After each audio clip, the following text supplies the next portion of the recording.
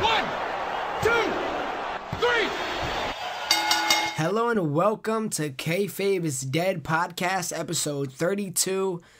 I don't know how we're on 32, to be completely honest with you. That's a lot of episodes in my opinion. But hello and welcome to Kayfabe Is Dead Podcast, episode 32. I am your host, the voice of the youth, Christian.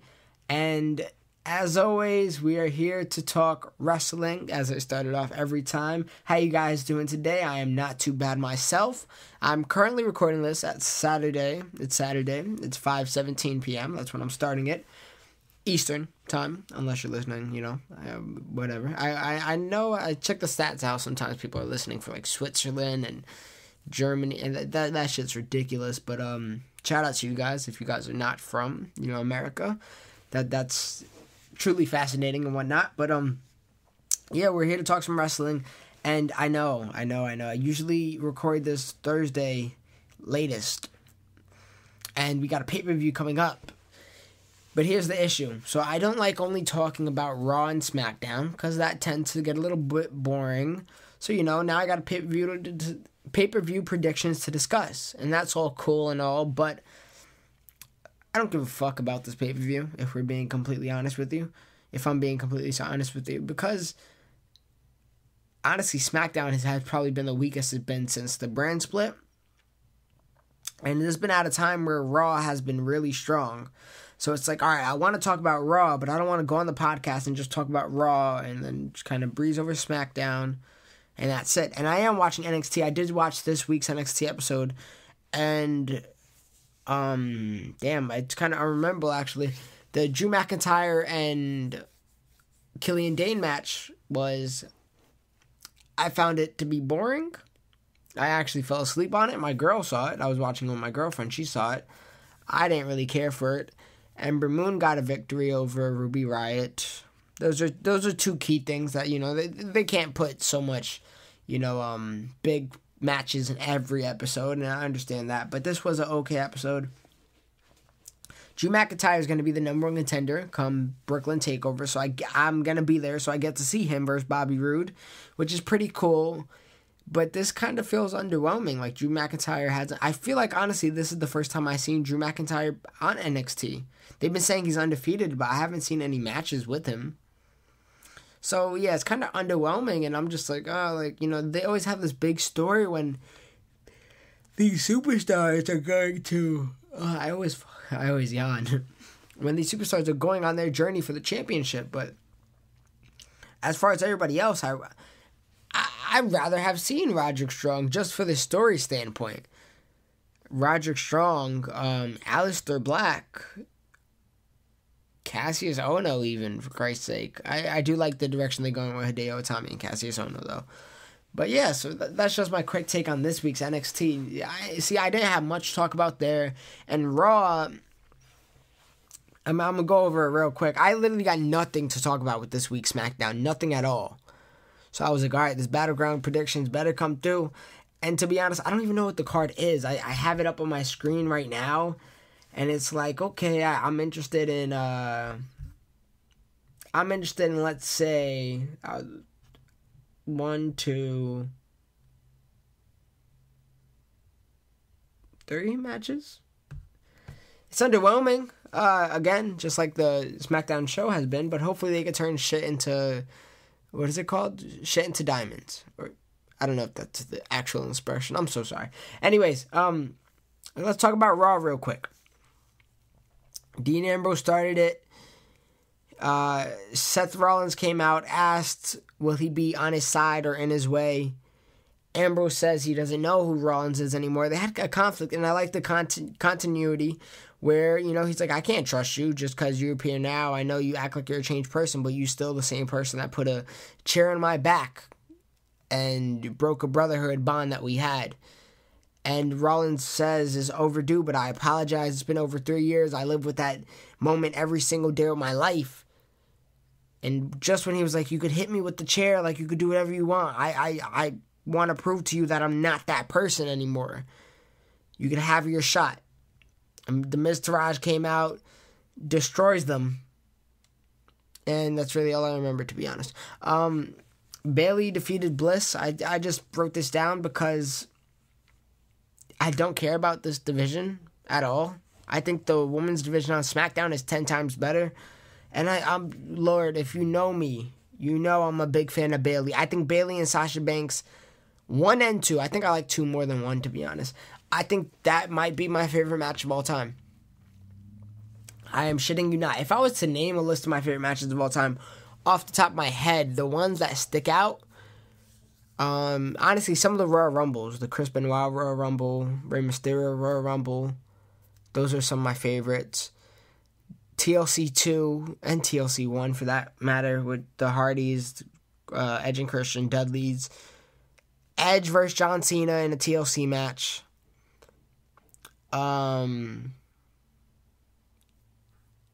What else? What else was sticking out of my head? You know, the Sasha Banks and Bayley match. Honestly, big fan of that Sami Zayn and Kevin Owens match. I think they had at either Payback or Battleground last year. Big fan of that match.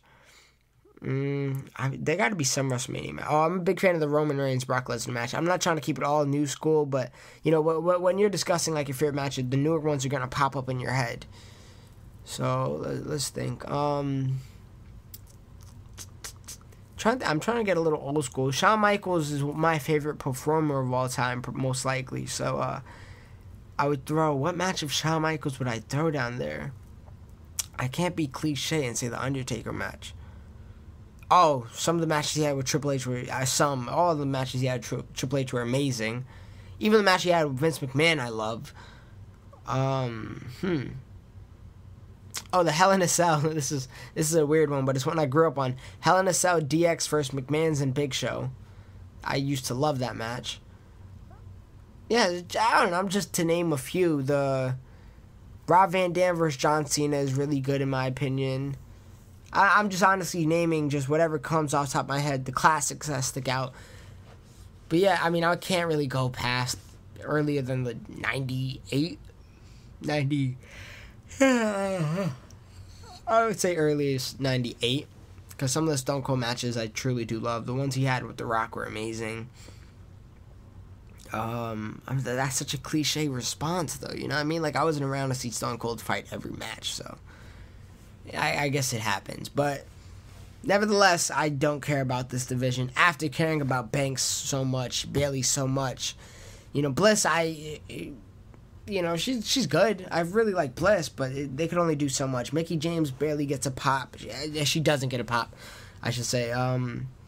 It's missing something. It's missing a lot. Do I want to talk about Enzo Amore coming back? He threw shots at Cass, and then Big Show came out. Yeah, okay. No red ropes for the cruiserweights. That was pretty actually interesting. Now I got to look at 205 Live and see if they actually had the red ropes there. Because if they did, then you know what? Might be a change in the right direction.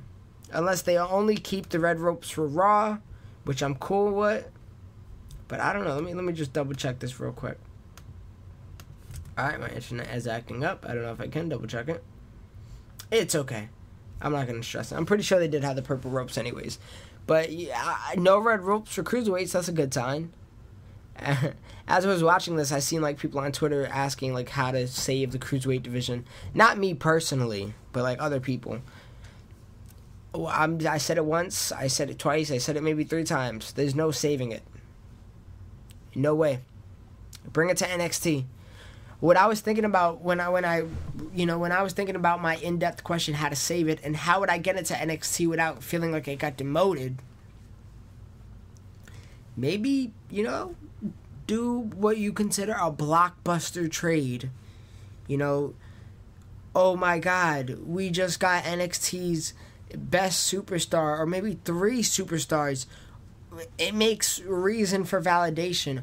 Oh my God, Aleister Black, Bobby Roode, and I don't know, Andre Cien Almas for the cruiserweight division for NXT. I don't know. I thought that might be interesting. A blockbuster trade like that. It's almost like trading your draft picks for a player. If we're talking NBA or we're talking football, or I guess any sport. My sport is NBA. My sport is NBA with the Kyrie Irving news flowing around everywhere. And if you guys want to hear us discuss that, you can check out the Triangle Podcast. I'm not going to promote that too much, though. So I thought that might be a cool way to get it involved. It's just something. It gives a reason for excitement and a reason to have a logical solution to bringing the cruiserweight division down and some of these superstars up. So, just my opinion. Now, Elias Samson went all Double J, Jeff Jarrett on Finn Balor with the guitar, and Finn Balor was a little gashed open there. That's something notable, I guess. I think they got like a no holds barred or no disqualification match next week, so cool. Doing something with Elias Samson. What else is there? Samoa Joe versus Roman Reigns. That happened, and just like I said should happen, Braun Strowman came out. It looks like we're getting the Fatal 4-Way. Super excited for that. Revival faced the Hardys. Yeah, this was a good show, man. I'm not going to try to brush over this like this wasn't a good show. This was a definite good show. And Revival vs. Hardys was a pretty good match. I can't wait to see the actual pay-per-view match because I think it's going to happen. I know it's going to happen. What's up with Cesaro and Sheamus right now? The titles are non-void because the Hardys aren't in the competition anymore. I don't know how I feel about that. But I guess I should cut to the... let me cut to this real quick. After this Finn Balor match happened and his head got put through the guitar... I'm sorry. I'm just trying to... I don't know what I'm trying to do exactly. Wyatt appeared on the monitor screen talking Bray Wyatt. And this feels so unimportant and not special. And just bleh. Like, out of all ways to set up the Demon King versus Bray Wyatt, the God versus the Demon, the light versus the dark, this versus that, we get it like this. A shit, like, just out of the blue promo while he's in a feud with Elias Samson. So let me predict what's gonna happen. Elias Samson will face Finn Balor in that no disqualification match. Bray Wyatt will interfere and Finn Balor will lose, and this will spark a lousy, lazy, lackluster 3Ls feud with Finn Balor in what should have been amazing. So, F for effort. Trash. Now let's go to the big news, I guess. The most important news of the whole Raw, and probably the week in general. Kurt Angle got, his thing got revealed. His secret, his biggest secret that was going to tear apart his family and his career, and, it's going to ruin his name. The fans aren't going to love him, and what was it? What could it possibly be? Is it Dixie Carter? Are they going to mention that he was on TNA? Because that could ruin a career. I keep yawning, I don't know. Well, I did, to be fair, I'm off 5 hours sleep. I just came from working my shift. Came here to do my podcast. After this, I still haven't ate. I gotta eat. I gotta shower, and then I gotta do I got a game capture card actually in my room right now. My man Jesse, it's his, and we're starting a gaming. Well, on this same channel, we're gonna be starting gaming. That's gonna be happening very, very soon by September, late September most likely. Whenever 2K comes out, it's late. It's like September 13th or something like that. We're gonna be doing that. So I want to get as much practice and familiarity with it as possible. And for you wrestling fans and for you WWE 2K fans, I will be playing that as well come, I think it comes out like October 17th or something like that. We'll be playing that as well. So definitely you got something to look forward to. Now, I don't know how I got out of this whole, it's because I yawned. This all because I yawned. I just wasted a minute talking about why I'm tired. this is what we lead to. But Kurt Angle, he came out for the announcement, and he said that he hooked up with this lady in college, and this lady got pregnant by him. And 9 months later, there was a child that was born. And this child, the lady couldn't take care of her. I think he said it was in Clarion College or whatever he went to college. The lady couldn't take care of him, put him off to adoption. And here I am. I'm like, all right, they're doing the child angle. As soon as he said something about college, I knew it was going to be the child angle. And I was like, all right, here he goes, Chad Gable. It's happening. And, he kept going. And he said, I'm proud to say that my son is a WWE superstar. He is a wrestler, nonetheless. He was a high school wrestler. So I was like, all right, Chad Gable for sure. Then he said, I'm pretty sure college wrestler. Something like that. And then he said he went to pursue his dream. So here I am, pursue his dream in the Olympics, right? That's what he's going to say. He's going to bring home a gold medal. Or I forgot what Chad Gable got. I don't think he got any medal, but he tried his hardest, I guess. He went and participated in the Olympics just like his old father. But no, he didn't say that. So I was like, all right, they didn't throw the Olympics in there. That's a big...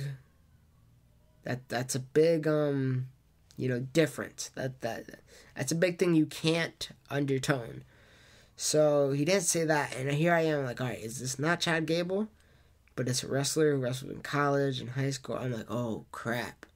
Is this going to be who I think it is? And then he announced it. It is Jason Jordan. I'm sorry, I meant Hornswoggle. No, it was Jason Jordan. And it had Angle shedding real tears.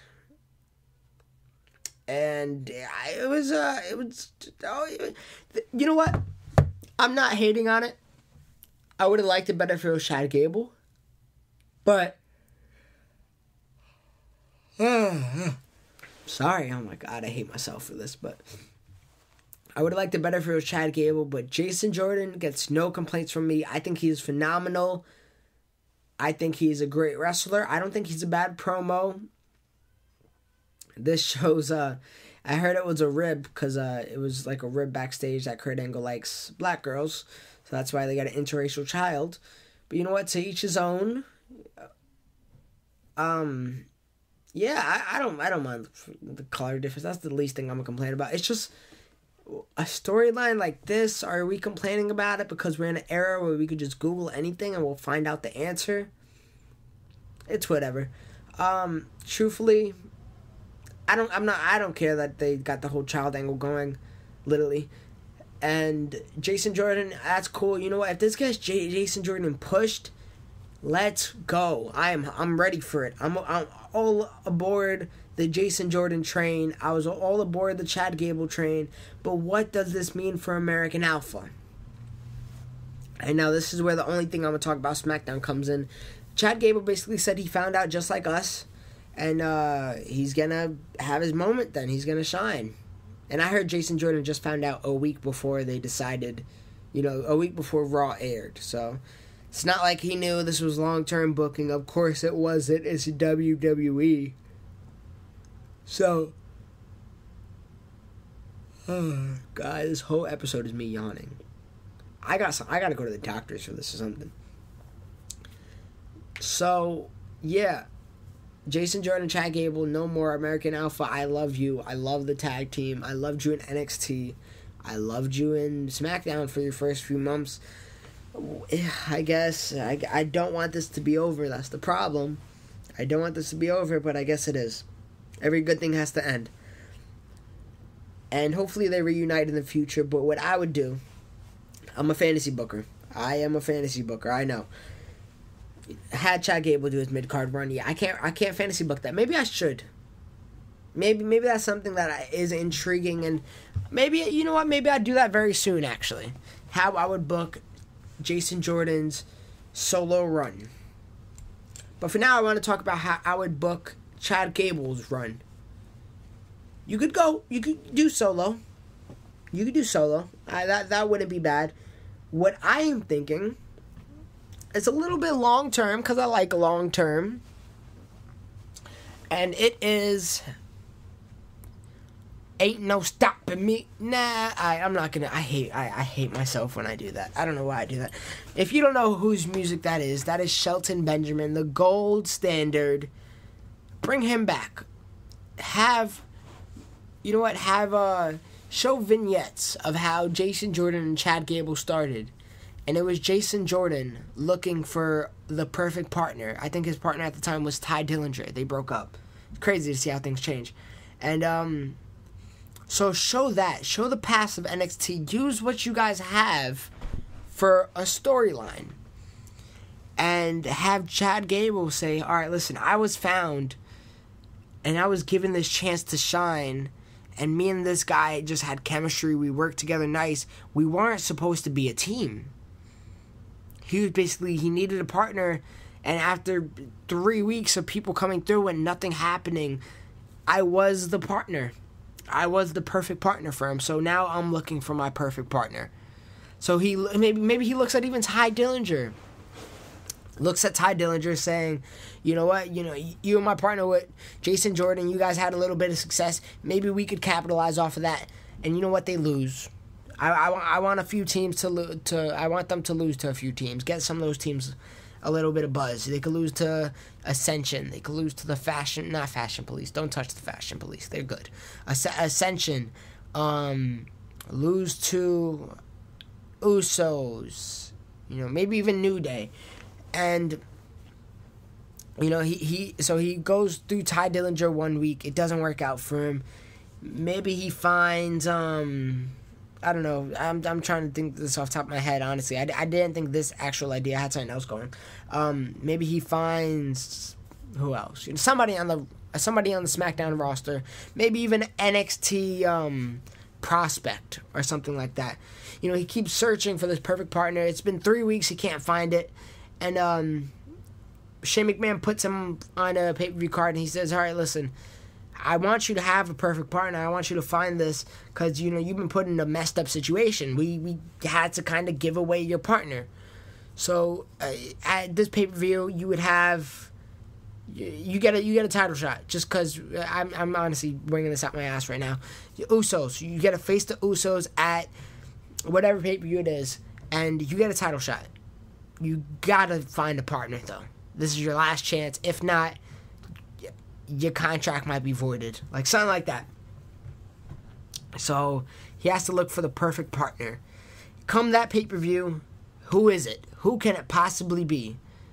It's Shelton Benjamin. Comes out in the oh, man, damn it. I forgot what it's called again. Something lit. Singlet. Comes out in the singlet just like he did back with the Kurt Angle days, the America's Greatest Tag Team, the world, whatever it was called. And, he does it. He comes back and you feel it. You feel that energy. You feel that vibe. Shelton Benjamin was supposed to be back for some months now. He should have never left the company. He was always great, and he's back. Here he is. It's Shelton Benjamin. And that happens. They win the championship. That division is hot right now. You got Shelton, you ride that wave. And if you want, come around WrestleMania time, Shelton Benjamin turns on him for whatever reason, and you have Chad Gable win that feud. Wow. You're telling me you could bring an old talent, and your purpose for the old talent is to get these younger stars over, and your purpose is to get these younger stars over, like, when you got Kurt Hawkins, they said, all right, yeah, his purpose is to get younger stars over. That is not, turning him into a jobber is getting these younger stars over. How, Sway? How? That's not working. We don't care about that. So you have us invested in this tag team. Have Shelton Benjamin turn heel. Have Chad Gable win the feud.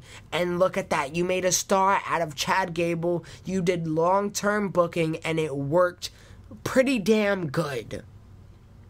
Now Shelton Benjamin could go his own way.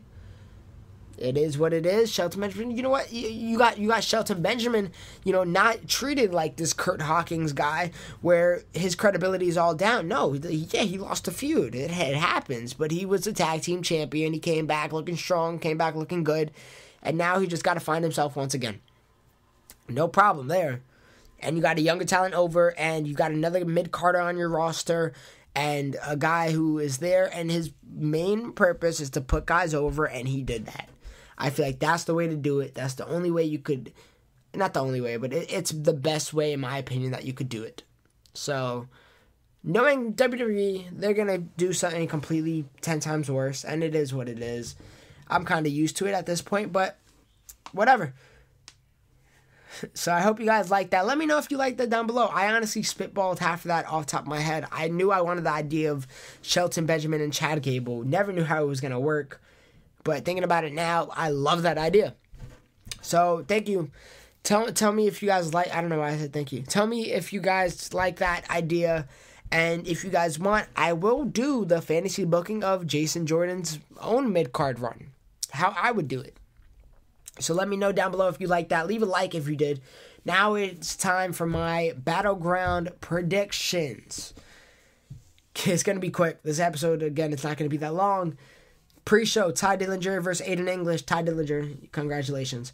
Sami Zayn versus Mike Kanellis in a singles match. Mike already won one.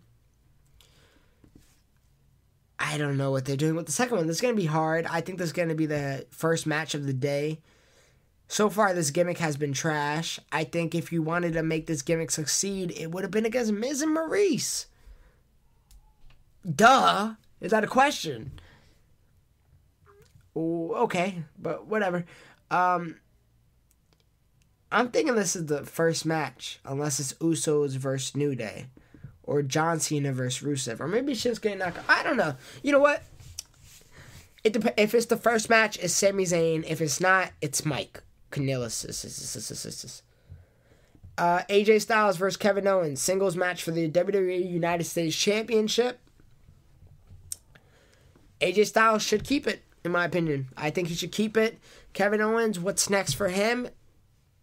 I don't know. Maybe he loses it then. And goes on a feud with Jinder Mahal is facing John Cena next. I think that's definitely in the cards. Maybe this just gets winged out to another one. I don't know. I got AJ Styles winning for sure, though. Shinsuke Nakamura versus Baron Corbin. Interesting. Do you have Shinsuke lose? Or do you have your Money in the Bank briefcase lose? See, the thing with this is WWE sees it. Once you have this briefcase, once you have this Money in the Bank opportunity, you don't need a win. Therefore, Baron Corbin, I'm sorry, you're losing. It's going to happen. Fatal 5-way elimination match to determine the number one contender for the WWE SmackDown Women's Championship at SummerSlam. Yes, that's a mouthful. And to add on more to it, it's Naomi's title, the Glow title. Charlotte Flair versus Becky Lynch versus Natalya versus Tamina versus Lana. Where are we going with this?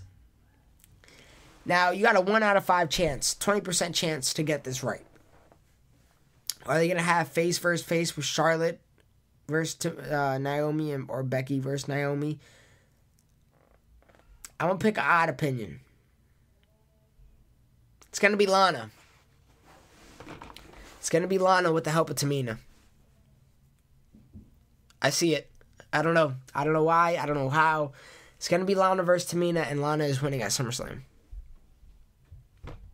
Then Carmella is cashing in. Is that crazy? Is that too much booking? Is that too much predictions? I think that might be it. We'll see. We'll definitely see. I got Lana winning this match, though. Unfortunately. John Cena versus Handsome Ruru in a flag match. No way John Cena's losing this match. Gonna wave that flag and we're gonna feel so American. In my opinion, this is the way you start the show. Just get it over with. Rusev, I love you. I'm sorry you gotta go through this path. But you're losing. Yep. John Cena always wins. The Usos versus the New Day for the Tag Team Championships for SmackDown. Another one up in the air. This whole card's up in the air, to be honest. The only lock is the main event, in my opinion. And the Ty Dillinger match. Usos versus New Day. Ah, man. See, if New Day wins, they got to have a classic feud with Fashion Police. Maybe even that's how they turn heel. They find out that that's who been messing with the fashion police. They turn him heel, if that's possible. The Usos, who they're going to face fashion police again. You know what? Maybe it's time for the Usos to give it up. And if this might be the only... Yeah, I guess I got to go with it. I said I had John Cena winning, that's a face. AJ winning, that's a face. Nakamura winning, that's a face. See, the last pay-per-view was all heels, so are they going to balance it out with all faces? Lana's going to win. Prediction for my Pujami prison match. Jinder Mahal is winning, and I'm actually excited to see how this match pans out. Just because of the stipulation. Jinder Mahal is winning, though, guys. Just letting you know. Ty Dillinger is a face. So heel. 2 heels winning. I don't think Kevin Owens is winning. I think Mike Kanellis is probably going to win. I said Mike is winning unless it's the opening match. So, you know what? Mike is winning. Styles is winning. Nakamura is winning. I don't see them giving him his first loss. Lana's winning. It's a good enough balance. I got New Day winning this match. Just because... I don't know why. It's not like they got another... It's hard, because what's after the New Day versus Usos? Usos against Fashion Police again. Usos against Hype Bros. Those are all face tag teams. If New Day wins, they're facing faces, or... But I got the New Day for some reason. I want Usos. I got New Day. So, we'll see. So, I got, just to go off my list one more time, I know it's been cluttered and clustered fuck, but Jinder Mahal, New Day, Cena, Lana, Nakamura, Styles, and Mike Kanellis. And Ty Dillinger, if that matters. I was perfect on my last one. I promise you I won't be perfect this time. This is a hard one to predict. Am I excited for it? No, but you know what? The Kevin Owens Styles match is pretty good. I'm going to be excited for that one. Nakamura versus Corbin. If they let Nakamura do his thing, I feel like they've been holding back on Nakamura. The Fatal 5-Way Elimination match, that should be pretty fun. Cena versus Rusev, I'm not excited for. Tag team match, I am. You know what? This isn't a bad card. I'm just not excited for it. So, let me know who you guys got winning down below. Who's your winner of the elimination match, of the New Day match? Please let me know down below. Leave your opinions. Leave your thoughts. I'm sorry if this podcast was all over the place. I wanted to get it done for you guys, truthfully, and I got to get it uploaded very quick before the pay-per-view starts. I have a lot to do as well. I don't want to seem like I was half-assing, because I truly wasn't. I was speaking from my heart, and I truly think the Chad Gable ideal is genius. And I'm slurring, and I'm exhausted. I'm so tired, but like, it's hard. I worked 5 days this week. I went to this place in my state called Dutch Springs. It was like a water park type thing, and so that there's one day, and my girlfriend, you know, just it's speaking of my girlfriend, I want to start something when I get this camera, because I will be getting a camera before the year ends. That's almost a promise. That, you know, maybe I want to show her some wrestling, and I want to, you know, maybe we watch a match and she gives her thoughts about it and whatnot. I think it's just something cool. It's more deeper than that. It's like watching wrestling with wifey or something like that. Wrestling with wifey. I don't know what I'm going to call it, but, you know, it's just going to be something fun, and I feel like it might be something genius, and it might be something new and something that YouTube doesn't have. So if I could give content that isn't out already, because everybody has a podcast. Everybody makes top 10s. I don't want to do top 10s. Everybody does, you know, a few people do gaming. Everybody tries to, at least. You know what? I want to do as much as I can, and I want to do it all for you guys. The subscribers keep going up, and just bring up the views as well. I appreciate everything. If you see a video of us, click on it, check it out. I know you guys might not be into MMA, might not be into NBA, but some people like to just hear podcasts about it. So if you're that type of person, don't be shy. Click right along. We're entertaining people. We're funny people. And we could fulfill your needs. And if you guys are, you know, don't want to listen to it on YouTube, hey, well, we're on iTunes too. You know, you can listen to it on iTunes, download it, or just use your data up if you guys are lucky and got unlimited data, because I don't. And use your data up, listen to us while you're driving, working out, showering, making love, playing games, whatever tickles your boat, whatever gets you going. But thank you guys. You can listen to us on SoundCloud, YouTube, iTunes, under the name All of the Above, ENT. Leave your comments, leave your suggestions, leave questions, leave anything you have down below. I gotta really drink water and shower and eat. I'm starving. My stomach is going crazy. Thank you guys for listening. I appreciate all of you. Have a good weekend. Enjoy Battleground. I'll see you that night, actually. I'm going to be posting my review of it right after. And I'll probably be with Jesse. So stay on the lookout for that. So thank you guys. I'll catch you.